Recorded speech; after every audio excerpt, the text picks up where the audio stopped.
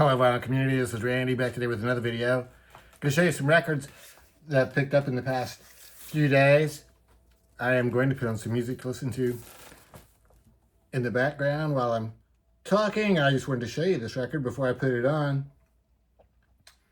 This is Meditations by an artist called Bajan Boy. B-H-A-J-A-N-B-H-O-Y. A cool looking record, but the labels are details from the album jacket, which I'll show you in a second here. I'll tell you one thing I really like about these labels is the A and B side are clearly marked. So let me just get this started. It tells me on the back of the record here that he recorded these. The main tracks is Meditations, I guess a while back, and then he finished them starting in 2025. So there's 4 songs on here. They are all instrumental. That's not surface noise that you're hearing. It's like ocean waves or something. The music starts in a second. I'll tell you, the music reminds me, it's very hard to describe, but it kind of reminds me of the music in The Third Man. If you ever saw the movie The Third Man, Orson Welles movie, has a very famous theme song. It's a zither in that movie. There is no zither listed here. There's instruments like banjo, bass. There's a couple of instruments I've never heard of before that I really don't know how to pronounce, like yang. There's also some cool stuff like some field recording. Tommy the Cat snoring is on here, so it was all instrumental, and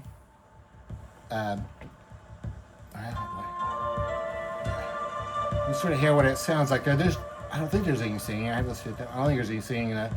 That's just, well, meditations, I guess, is what they are. Meditations. Yeah, very cool. This came from Feeding Tube Records, which is the same record label that I got Jeffrey Alexander from. It also, I guess it's shared with a label called Cardinal Fuzz.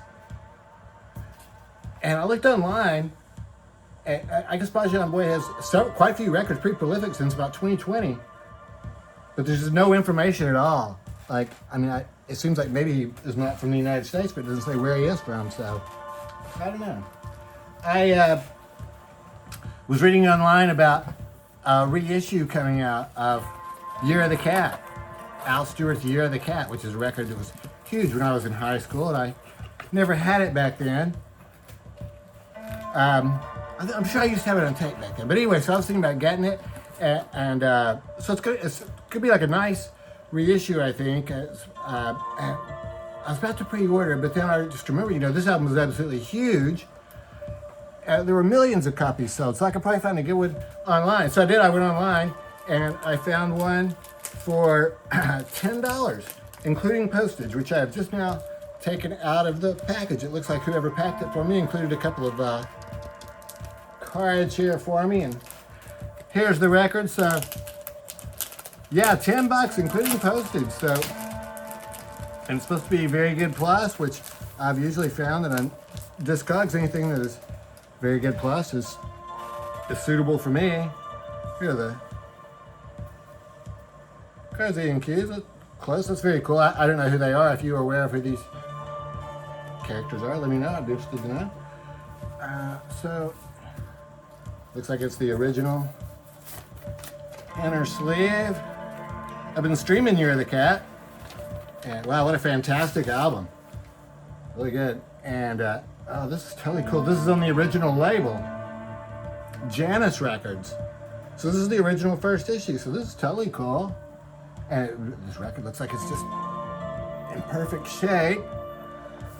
So that's going to be great. Yeah, I've been streaming it lately. It really is a fantastic record. I didn't remember most of it, except for the 2 hits, Year of the Cat and On the Border. Fantastic album cover. I guess I would call this VG+. Get the lyrics on the inside. I mean, to be totally honest, I would just rather have a brand new, pristine copy. But the record itself looks like it's going to play just perfectly, and this cover is not that badly worn. I can certainly live with this one. So, yeah, very happy about that. Al Stewart, Year of the Cats. There's all kinds of cat imagery there on the front. So it's kind of cool that Bajan Boy had a cat snoring on his record, and then I got Year of the Cat record. I got this record in the mail from Jeffrey Alexander. I showed one of his records, Jeffrey Alexander and the Heavy Litters, in my last video just a few days ago. And I think I mentioned then that I subscribed to him on Bandcamp. This has been a very good subscription. It cost me $100 for a year, and I get, he usually uploads something every week for subscribers only, and it could be one of his current bands, or he has a whole library full of tapes, so it's been a very good subscription.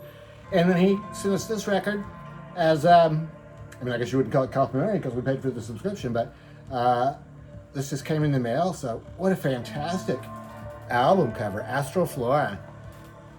And then he tells us on the website that this was recorded when he was in England, and the festival he was at, or whatever it was, they had a 16-track recorder there. So it's an excellent recording, and I have listened to it. It does sound fantastic. The first song is What Are Their Names, which is a song on the David Crosby album, if I could only remember my name. Takes up the whole side, so there's a lot of jamming on there. And then the second side is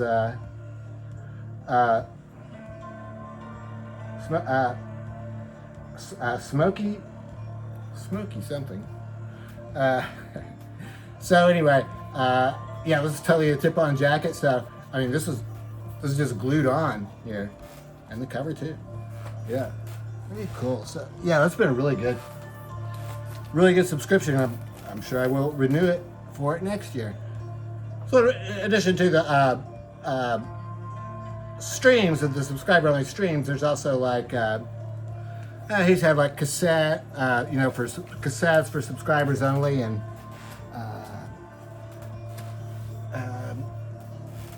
yeah, a few other things. So I received this month's Tone Poets in the mail already. This is Components by Bobby Hutcherson. This is actually a Blue Note 75 copy that I've had since 2015. So this is the second year of my subscription to the Blue Note Tone Poet series, and this is the first time I've had a duplicate of them sending me something that I already had. I asked if I could switch it out for something else, and they said I couldn't. Which they told me that when I signed up for the subscription service. So I figured it couldn't hurt to ask, just to make sure, but they confirmed. So anyway, I listened to this, that Blue Note 75 series. A few of the records did not sound really good, but this one sounds fantastic. I think this was reissued maybe in 2020 or something. I'm not exactly sure when I got this. But this one sounds just fine. I mean, there's no noise on it at all. So I was thinking maybe I would have a contest, but the last contest I had, I also gave away a jazz record, and the winner of that contest doesn't even like jazz. So I don't know if anybody wants to enter a contest for a jazz record, so I'm going to figure out what to do with this. So I'm not going to unseal it yet. I will maybe try to sell it online. If anybody wants this record, hit me up in the comments down there, and maybe we'll work out a trade or something like that. So still sealed. And then the other Tone Poet for this month is Curtis Amy. Tip it on top. I meant to pull out the other Curtis Amy record that I have. Curtis Amy is a tenor sax player.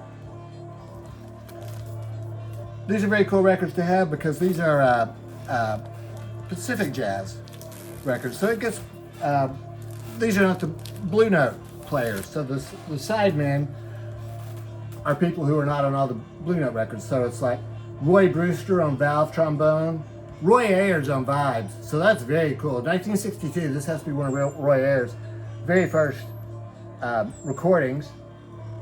John Huston on piano, Bob Whitlock on bass. That is not Bobby Whitlock, who played, I think, keyboards with Jack and the Dominoes. This is Bob Whitlock on bass. And Lawrence Marable on drums. So he's been on quite a few of the records they've released as Tone Poetry. He's a West Coast drummer. So we hadn't really seen his name too much before. And it looks like these are mostly going to be original songs. There's a version of Summertime on here. I've already done my How'd That Go episode of Summertime. It's too bad I could have put that one in there. Other than that, I think these are all originals. There's one on here called For Airs Only. That's written by Curtis Amy. So here's what that looks like.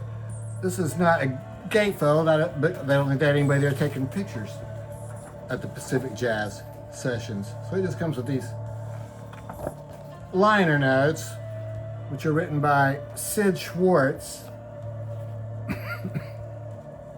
The original liner notes are written by John William Hardy. This was recorded July 28th of 1962. Curtis Amy. So that's it. Those are some records I've picked up here just in the past few days. So let me know what you think about these records, and I hope everybody's doing well. Thanks for watching.